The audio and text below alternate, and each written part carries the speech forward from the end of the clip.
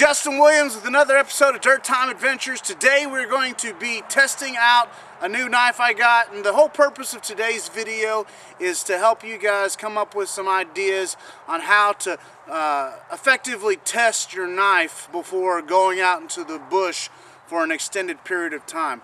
The worst thing you could do is to take a knife right out of the box and go out into the field, never have testing it, and end up in a dangerous situation and not have an adequate tool to help provide for your survival needs. And so today I just want to shoot a quick video testing out the tank from it's a custom forged knife I had done for me by the guys over at DT Forge. This isn't a product review, it's more or less showing you some things that you need to do and run your knife through a simple test to make sure it's going to be field ready for you out in the bush. And so guys, stick with me. Pretty much going to be doing 4 simple tests. So Mrs. Dirt Time and the kids and I decided we were going to do a cedar tree for Christmas this year, and believe it or not, we really like this tree. It turned out to be a beautiful tree. We're finished with it now, and in the coming weeks I'm going to be adding a frame to my shelter back behind me. So these boughs here are going to be perfect for box spring material for my shelter. So we're going to go ahead and start off with the chop test and start doing some chopping.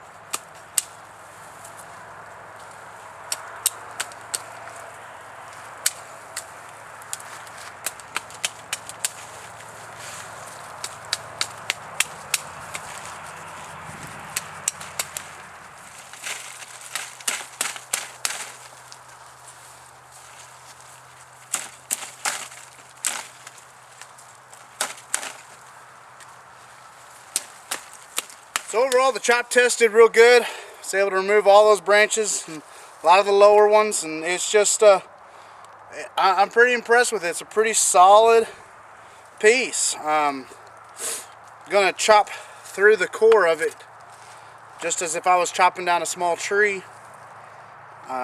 Since it's already been cut, I don't want to waste another valuable resource in the woods, so I'll go ahead and chop this one down. It's gonna be a little bit harder than I would if I actually was going to be chopping one live down, because it'd be attached at the bottom, but that's okay.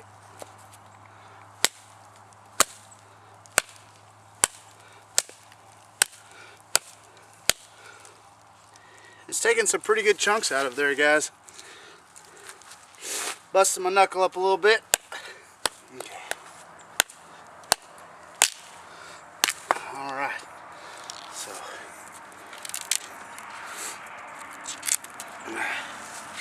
So she will chop, and that's what we need her to do. That's what I wanted it for, and she'll chop. Go ahead and use this cedar to do some shavings while I'm right here.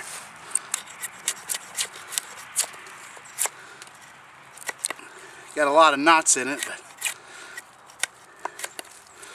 you can see her shaving nicely.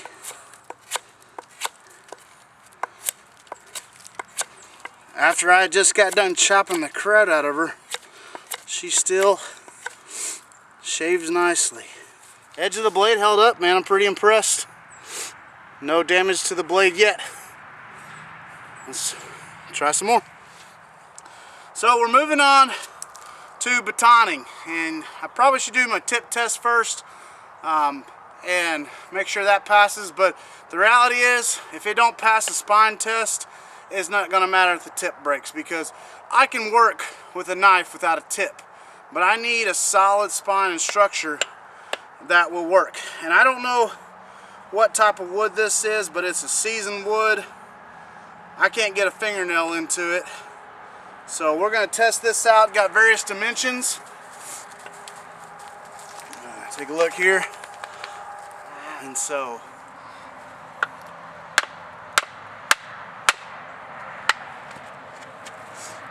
you're not supposed to fall over, log. Gosh, the things I gotta work with. All right, let's finish this off. So it batoned nicely through this larger piece of wood. Now I don't know what this is. but it is hard. I'm talking some hard wood. I don't have a clue what that wood is, but man, it's brutal. One more piece. So far, you guys at DT Forge, man, outdone yourself. You should be proud. I think there's just a knot right there or something. Man, I just don't know. This piece right here is solid as a rock.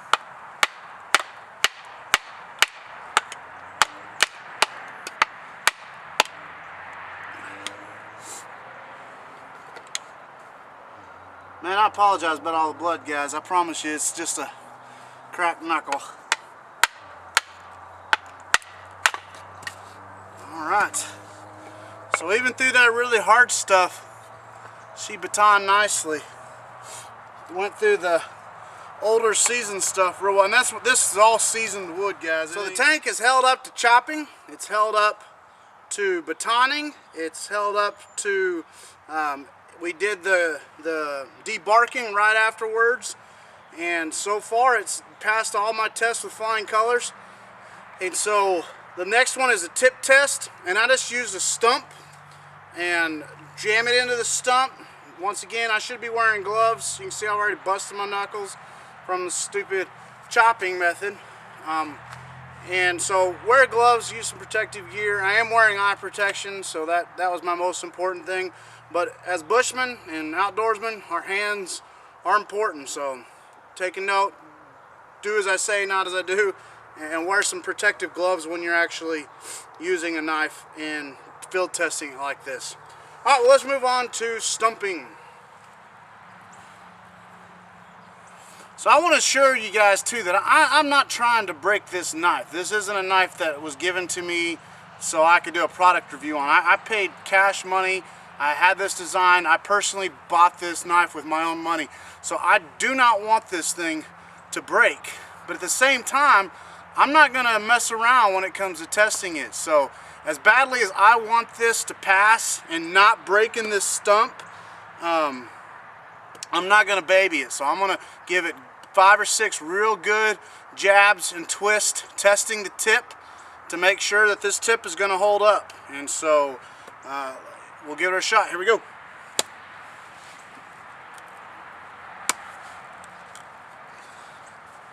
And I'm not just stabbing it, I'm twisting it.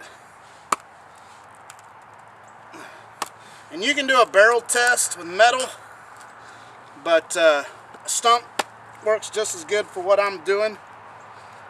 Go ahead and plow it back and forth and twist it. And I want to make sure that that point doesn't twist, doesn't bend, and doesn't snap. So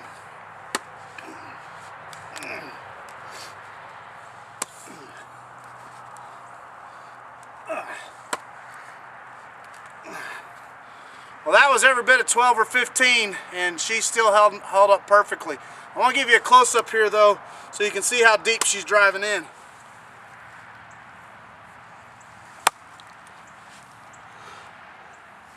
Get a look at that.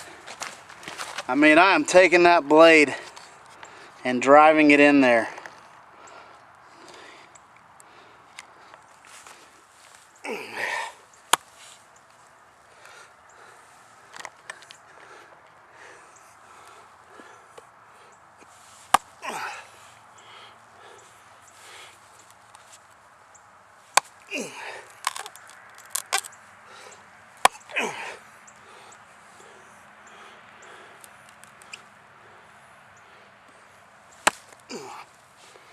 Man, you just look at that.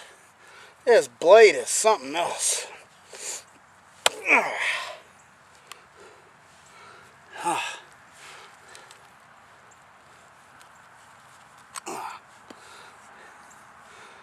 DT Forge, guys. I added, you say, what about that design on there? That's all part of the patina process. I got that in my previous video. If you like that, man, it's a simple process. Just takes a little bit of time. A little white vinegar, man. You can have that for yourself. So that about wraps up the test. We're going to check out the blade one more time on on as far as shaving and debarking, and may even try our hand at a little bit of feather sticks after all that abuse. So let's do it.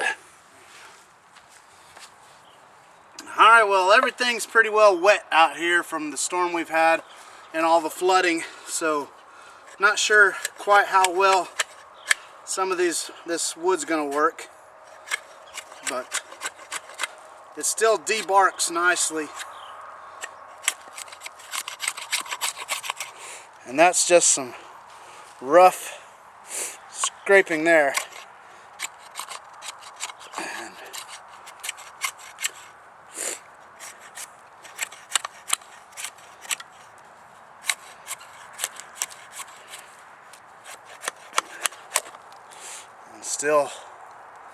Still holding up nicely, guys, even after all the chopping and beating. And this isn't even the first day that I've used it. So these are the tasks that you want to be able to accomplish when you're out in the woods with a knife. You want to be able to chop with it, you want to be able to cut with it, you want to be able to baton with it, you want to be able to use your knife tip as an awl if you need to, especially if you're going to be getting into sharp places trying to whittle with it. Now this is a giant knife, so you probably wouldn't be whittling with it. You also need to be able to do some feather sticking with it. So those are the things that you're really striving for when it comes to a knife. And this is after I'd just been beating the heck out of this sucker. So let me show you a little bit of close-up of it feathering and call it a success. DT Forged, the tank.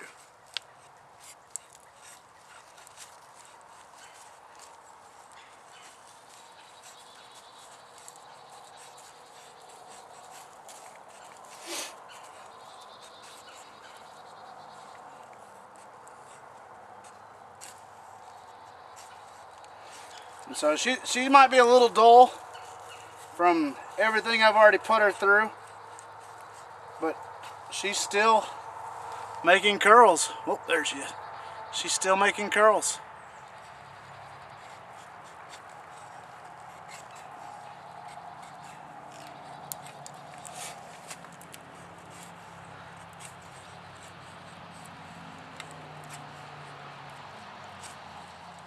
Something else that's really important about a knife is that you have the capabilities of striking a ferrule rod without using the blade. You guys out there using your blade, can't use a spine, get some type of Dremel or a grinder and put a flat spine on it. But this thing does fabulous sparks. I'm almost afraid to do it too well. I don't want to shoot sparks into my camera.